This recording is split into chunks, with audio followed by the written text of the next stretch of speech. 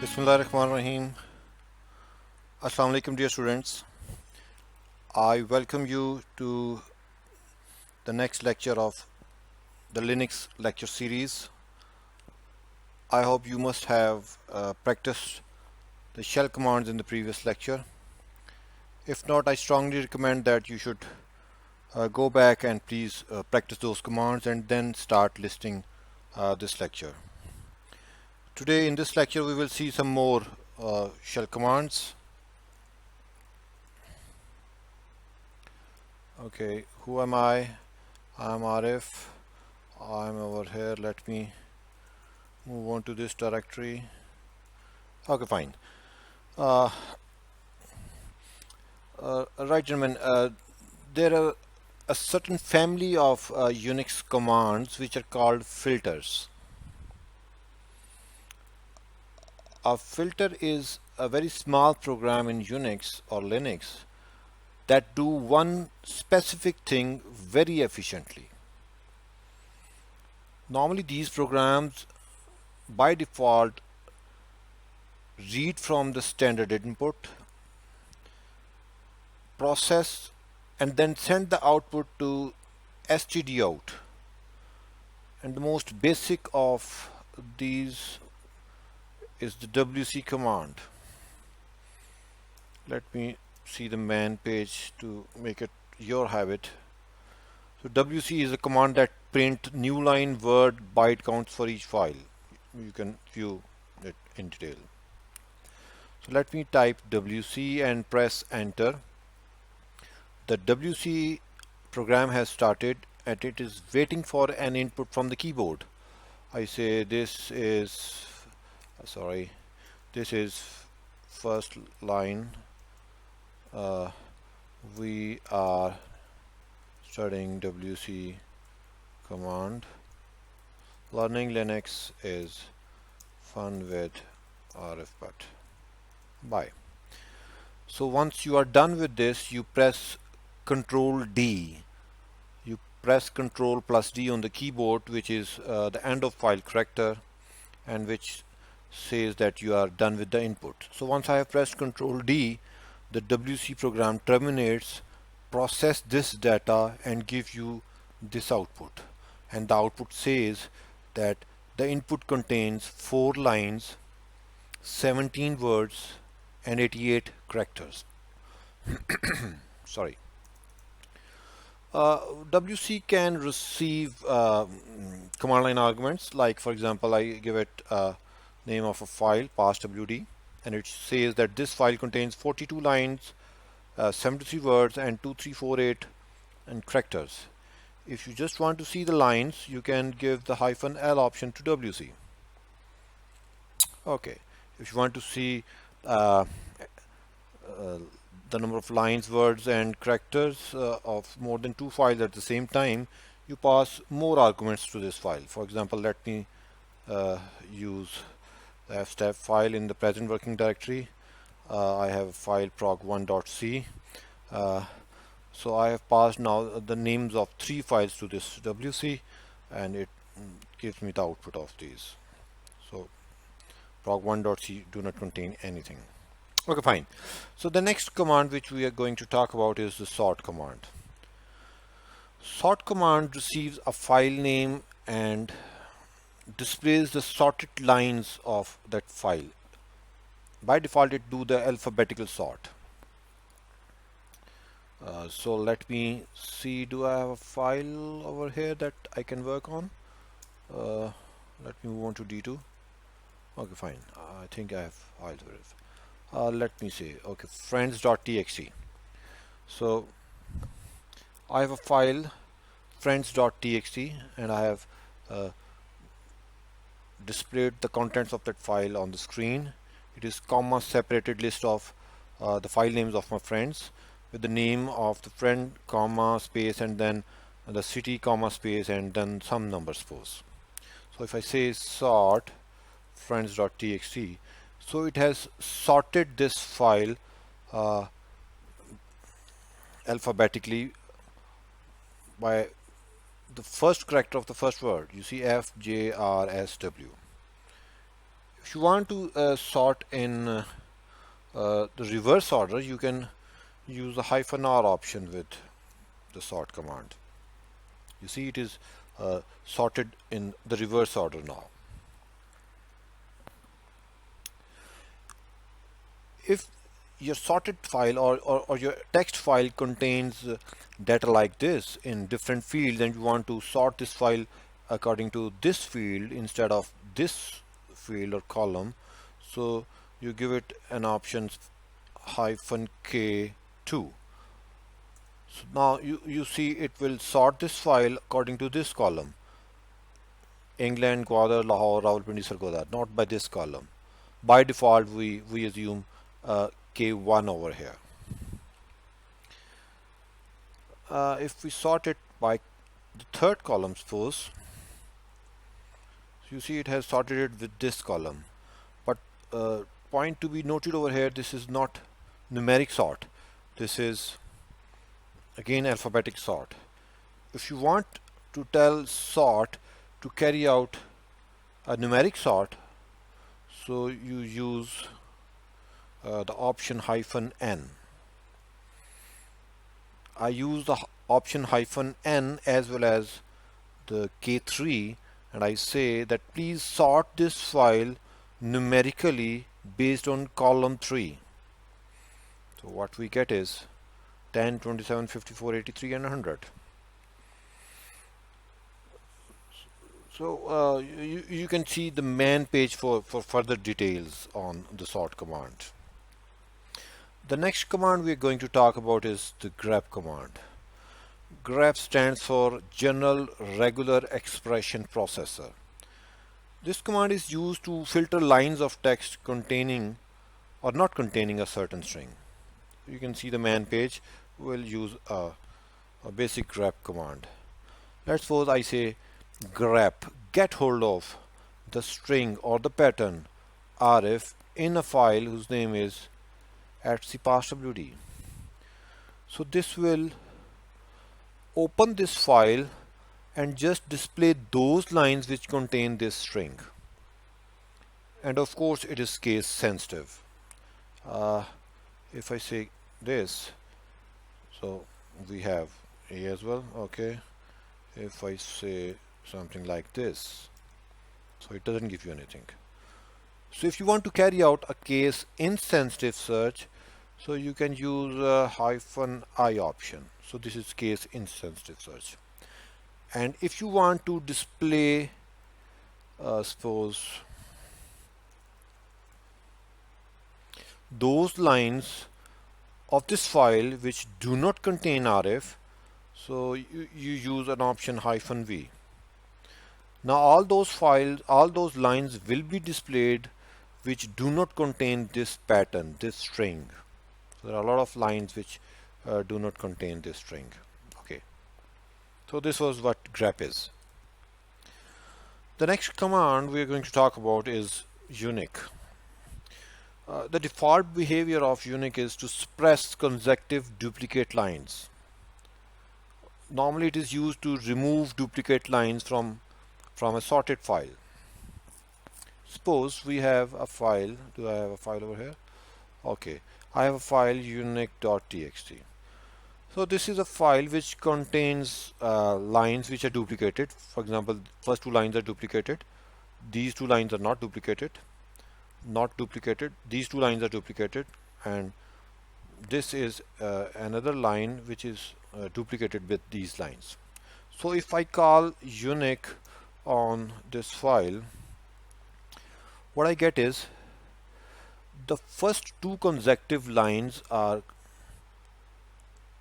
shown as a single line. One line is suppressed.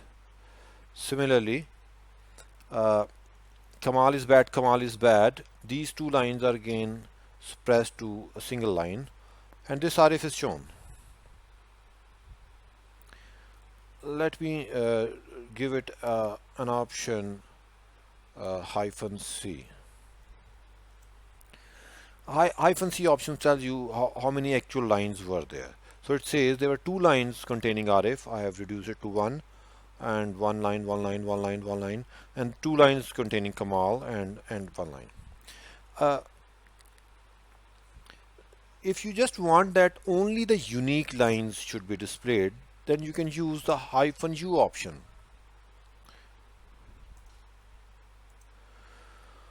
So you see this time only those lines are displayed which are not duplicated. So this line is not shown over here and this line is not shown over here.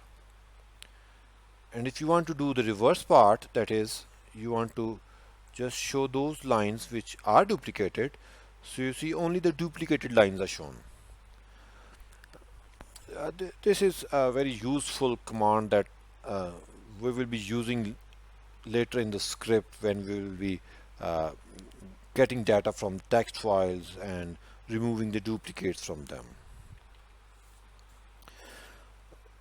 Okay, gentlemen, there is another important command which we normally use. Okay, and that is cut. Cut basically used to remove sections from each line of files.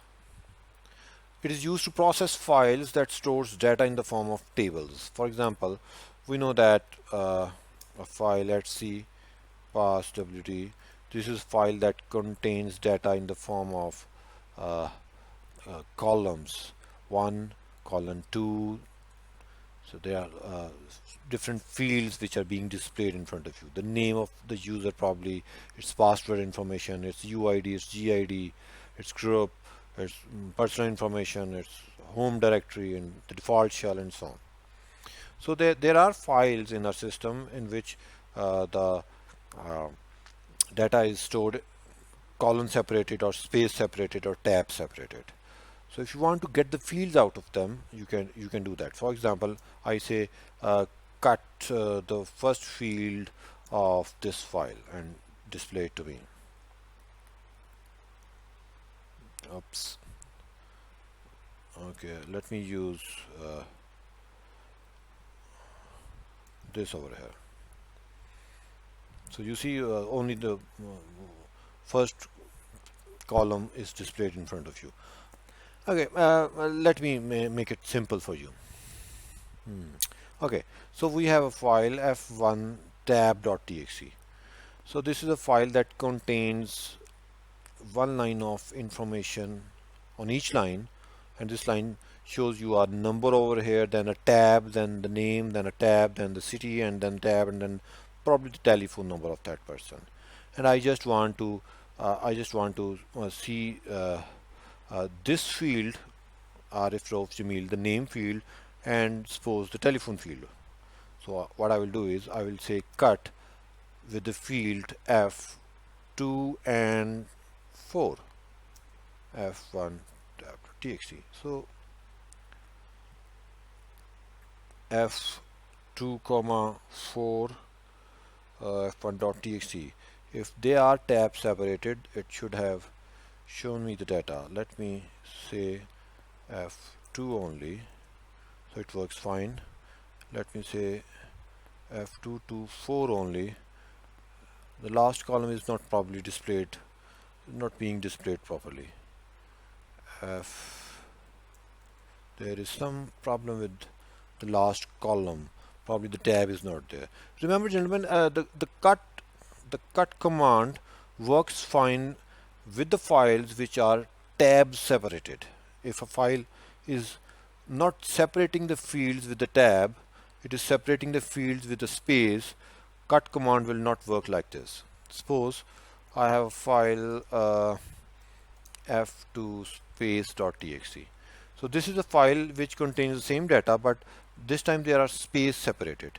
If I use cut on this, -f 1,2 f2 space.txt, it will not cut, it will just display all the fields. So by default, cut assume that the contents of the file, the fields are separated by tabs, but if they are separated by some other character, you need to mention that over here using the -d option. -d is delimiter. So over here the delimiter is space, so I have mentioned the space over here. Once I press enter now, So it has shown you the first and the second column. And if I want to see the first and the third column, it will show me the first and third column. And if I want to see the first and the fourth column, it will show me the first and the fourth column of the file. So if the file is tab separated, you need not to mention this over here, but if it is space separated or colon separated or comma separated, you need to mention this. For example, I have a file which is comma separated over here. Let me clear and let me cat F4. So this is a file which is comma separated, and we want to use this. So I have to mention comma over here and field 1 and 4. Okay, there is still a space over here. I just need to place a comma and no space. -D F14. Comma is not working. Let me delete this. -D comma like this. F2 space. I don't have to work on F2 space. I have to work on F4. F4 is comma. The name of the file is comma F4. Okay. So I'm telling cut to cut field 1 and 4 of this file, which is comma separated. So 1 and 4 are separated. So cut is again a very useful command used for text processing. Another related command with cut is the paste command. Paste command is used to horizontally concatenate two files. So let me show you two files. Let's suppose there is a file file 1 and there is a file 2. File 1 contains 3 names and their cities, and file 2 contains the same 3 names and their 3 telephone numbers. So if I paste file 1 and file 2, it will horizontally concatenate the contents of the two files. So first column Arif and Lahore, and then now this duplication is there. Of course, if you want to remove this duplication, there is a way out to this, but probably that needs the information of pipes. So let me give a command over here, and later on we will see that 1, 2 and 4. So yes, so forget about this pipe right now. Just assume that this cut is being given this file and it is cutting field 1, 2 and 4 from it. So there is a great power in these commands which we have just discussed, used in file processing, text file processings.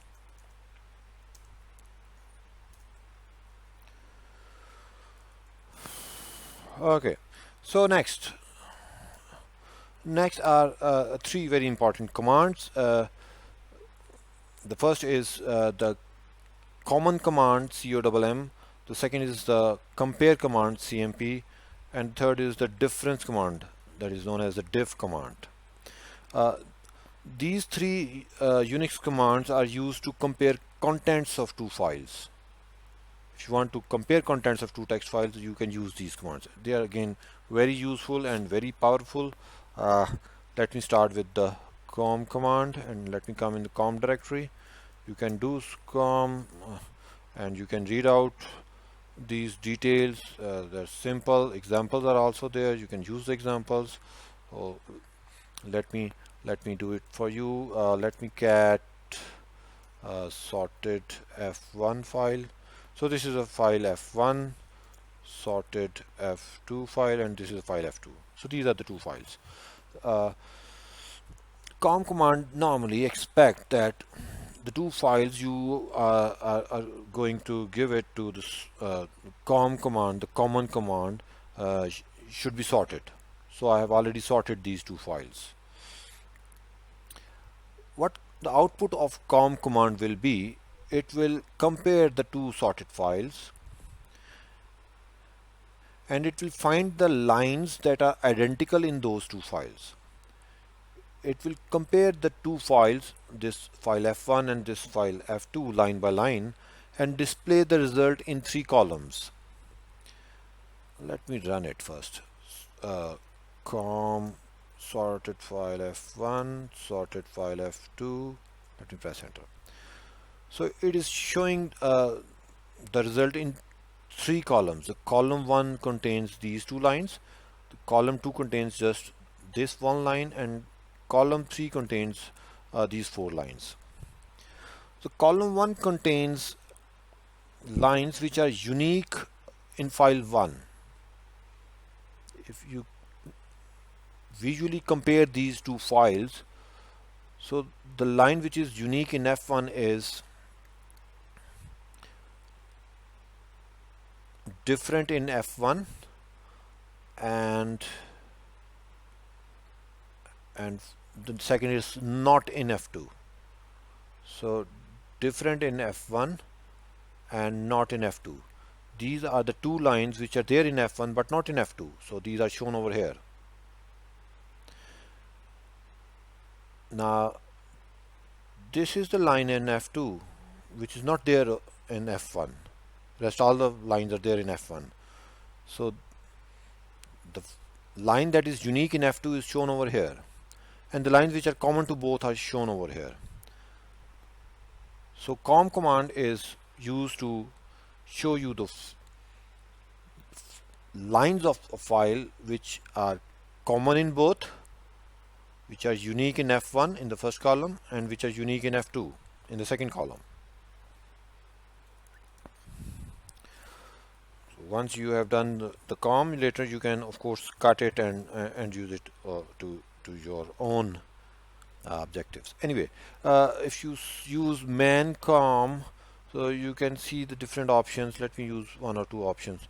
The very famous option is -1, -2 and -3. -1 is used to suppress column 1, -2 is used to suppress column 2, -3 is used to suppress column 3. So if you just want to see the lines that are common to both files, you will use the option -1, -2. -1, 2 will suppress the lines unique to file 1, lines unique to file 2, and will just display the lines that are common to both files. So let me repeat this. If I use it like this, you get this. If I use it with -1, 2, and you see only the third column is being displayed. The column 1 and 2 are suppressed. So this is the common or comm command of Unix. So the next command which we are going to discuss is CMP. The comm command compare two files line by line, and this compare command compare two files byte by byte. Okay, let me move on to the CMP folder, and let me say what I have. I have a file friends.txt. I have a file friends_copy.txt. These two files are copy of each other. They are exact replica of each other. So if I compare these two files, friends.txt with friends_copy.txt, the compare command will return 0. It will return 0. It will say these two files are same. There is no difference in between these two files. So let me show you two more files. So these are the two files which are different. The F1 file contains 1, 2, 3, 4, 5, 6, then the new line character, and then 7890. File F2 contains 1, 2, 3, 4, 5, 6, then the new line character, and A89U. Please notice that in this file, the 8th character, 7th character is the new line character. The 8th character is 7, and in this file, the 8th character is A. Then probably the 10th, yes, 8, 9, 10, 11. The 11th character is 0, and over here the 11th character is U. So let me now call CMP on F1 and F2. So what this will do is, this compare command will start comparing F1 and F2, and as soon as it find a difference in the first byte, it will quit and showing you the difference of that byte. So it says F1, F2 differ in byte 8, line 2. 1, 2, 3, 4, 5, 6, 7 is the new line, and 8th is the byte which is different. And if you want CMP to complete its comparison of both the files and not quitting by just the first occurrence of the difference, use -L option. So it shows you two lines. The first column 8 is the byte location. Over here we have 7 and over here we have A. This is the octal, ASCII octal of 7. This is the ASCII octal of A. Decimal is 97. This is the byte 11, that is this location 0 and U. This is the octal of ASCII 0 and this is the octal of ASCII U. So CMP once again is a very good command used in scripts, and we will use them later on, so you must practice CMP as well. The last command is again very powerful. It is the diff command. The difference command of the diff command compare two files line by line. Let me do cat F1 and cat F2. So these are the two commands. Let me reduce the size a bit. Yes. So this is F1 and this is F2. You can see F1 has 8 lines and F2 has about 10 lines. And in F1 we have lines 1 and 2 which are same in F2.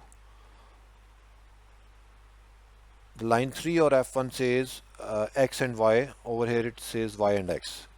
Then we have 4 and 5 same. 6 says X. Over here 6 says not X. 7 says Y. Over here 7 says not Y. 8 same and 8 same. And we have 9 and 10, 2 extra lines in F2. So why we use diff? The diff command compare two files line by line.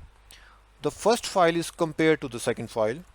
The differences are identified such that the first file could be modified to make it match the second file. Let's suppose consider a scenario that I want to make file 1 similar to file F2, and suppose over here there are small files of just 8 to 10 lines, but if the files are huge and I want to make them similar, how can I find out the differences in those? So the solution is a diff command. So let me run diff command on these two files, F1 and F2. So here is the output of that. So consider the first output. This says 3C3. It says to change file F1 to match F2, we should replace line number 3 of F1 to line number 3 or F2. This sign says the contents of line number 3 or F1 are 3 space X space and space Y. This symbol says that the content of file 2 is this. So we need to change this. We need to change this in F1 to this in F2 to make F1 and F2 similar. So this says change. C means change. 3 is the line number of F1, 3 is the line number in F2. The second stanza. The second stanza says to change F1 to F2, we should change line number 6 and 7 of F1, which are these, to line number 6 and 7 of F2, which are these. So I need to replace, let me highlight it again, I need to replace 6x, line number 6, which contains this content in F1, to 6 not x, and 7y in f1 to 7 not y to make f1 and f2 similar. Okay. The last stanza is 8a 9 comma 10. It says to make f1 to match f2, we need to append. A means append. We need to append after line 8 these two lines. So after we add these two lines in f1 at the end after line 8, f1 and f2 will become similar. So these are the three differences which will make f1 similar to f2. Let me repeat it like this. These two commands are different. This command says I want to make f1 similar to f2. This command says I want to make f2 similar to f1. So the new stanza which needs your attention is this. If you want to make f2 similar to f1, it says need to delete line 9 and 10 in f1 to make it similar to f1 lines 8, which is also there in f1. So diff is again a very powerful command. It is used to compare two files. You can compare two directories as well using this command. You can compare a directory with a file or a file with a directory. Using diff command on directories is left as an exercise for the students. And let me move ahead for some more commands which are used to search files. And these commands are whereas.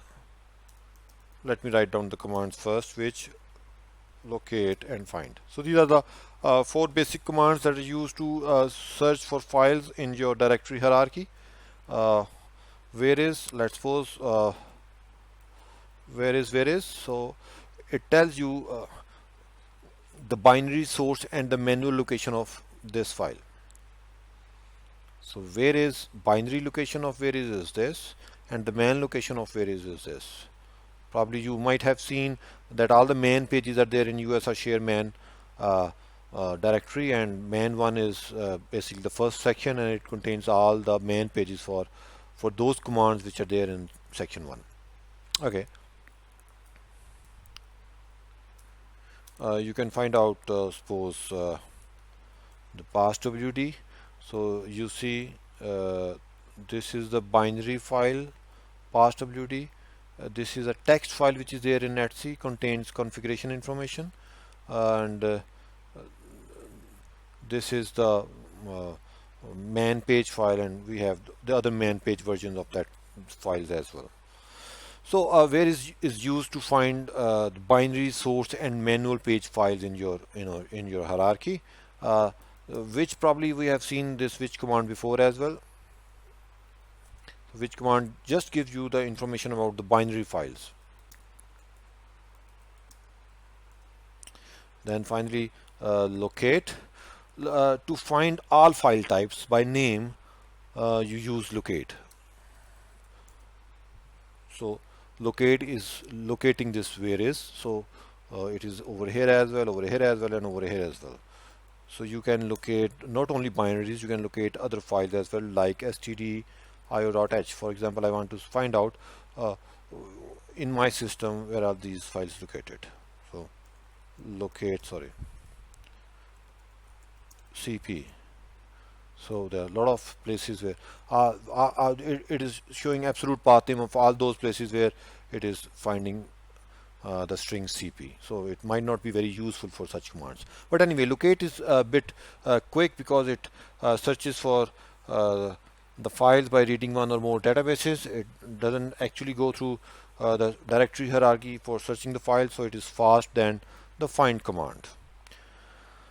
Gentlemen, find command is very powerful. Let me open its man page. It searches for files in a directory hierarchy that meets the search criteria. There are very powerful search criteria which find has. Let me write some. The basic format of the find command is you write down the find command, then you write down the directory path, absolute or relative, in which you want to find, and then you mention the parameter on which you need to find. Suppose I need to find a file with its name, suppose f1.txt. So I have said in this command that I need to find in this directory, within this directory, on this parameter, that is name, and this is the name of the file. So this parameter can be different, but let me use this parameter again. I say, let me zoom it for you if, okay, it's better now. This command now is saying that find in the present working directory, this dot means the present working directory, by the name argument, by the name parameter, by the name attribute, a file whose name is f1.txt. And of course, in the present working directory, I don't have a file whose name is f1.txt.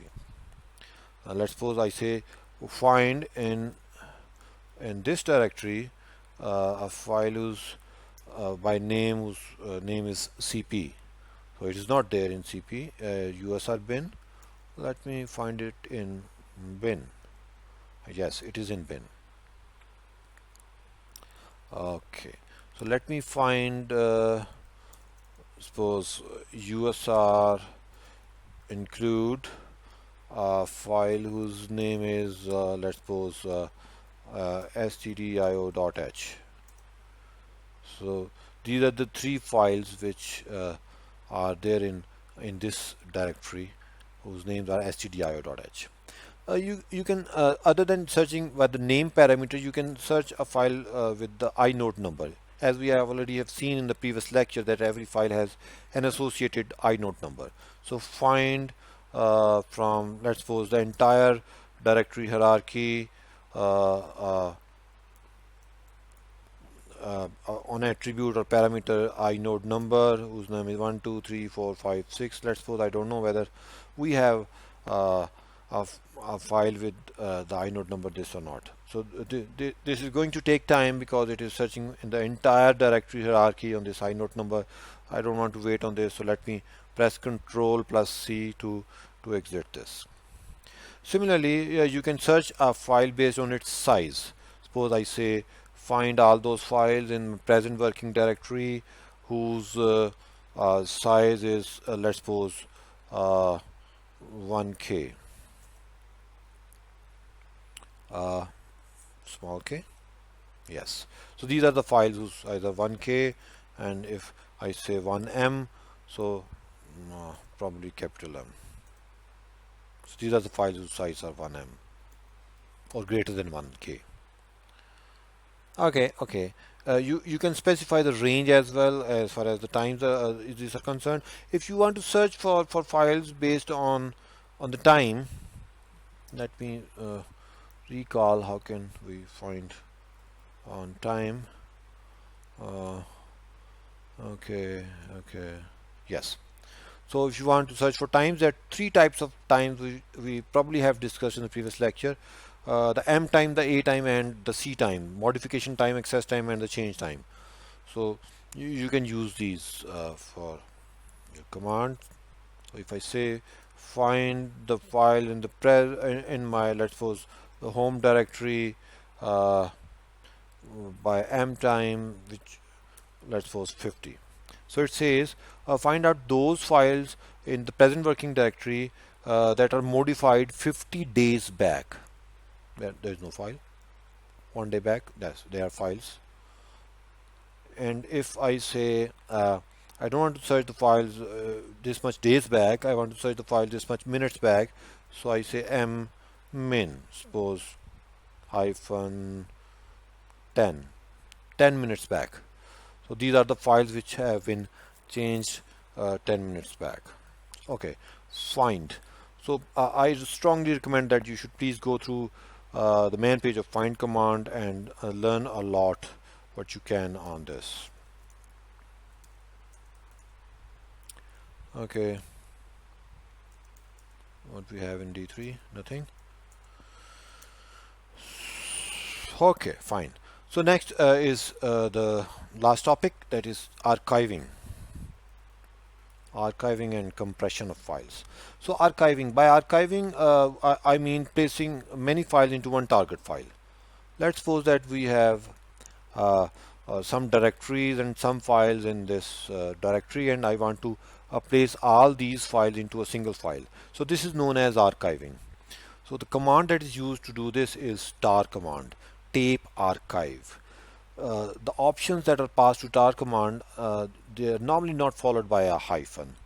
CVF means create, C means create, verbose and forcefully created. The arguments which are passed to tar are is first the name of the tar file you want to create. So tar says create a tar file with the name of mywork.tar. You can give absolute path name over here. This way it will be creating this tar file in the present working directory. This .tar extension is not required. However, it is always better to give this extension because it will recognize it and will change the color. The ls command will change the color of the tar files. Probably it is red. And after this you are going to give the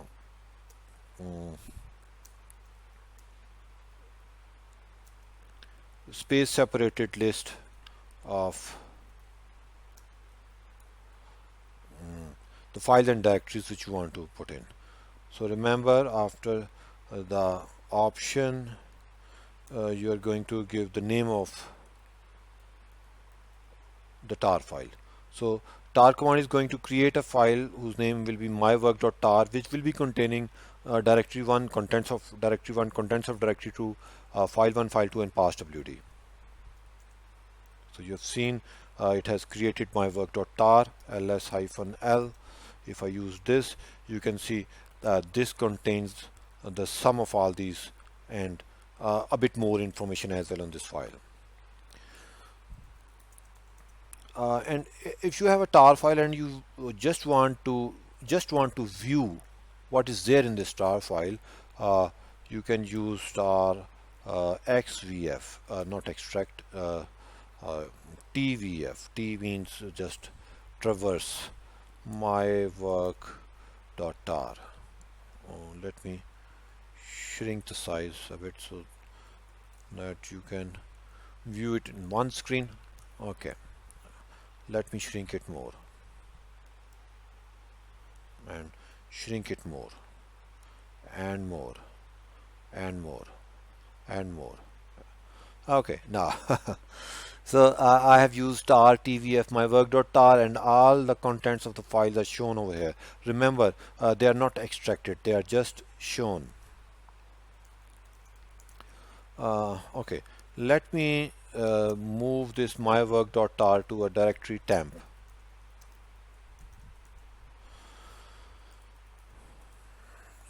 Over here, let me extract this tar xvf mywork.tar. So xvf is the option given to tar to extract the files or directories within this tar file. So I press enter and now you see the files inside the mywork.tar are extracted in the present working directory. Remember, the extraction using tar will always be done in the present working directory. So you need to move yourself to the present working directory before doing this. So another related command, the last related command, I know you must be tired by now. The last related command is about compression or compressing files. So gzip and gunzip are the two commands that you can use to compress files. Normally you compress files like gzip file 1 and file 2 and ls. So you see you have file1.gz and file2.gz.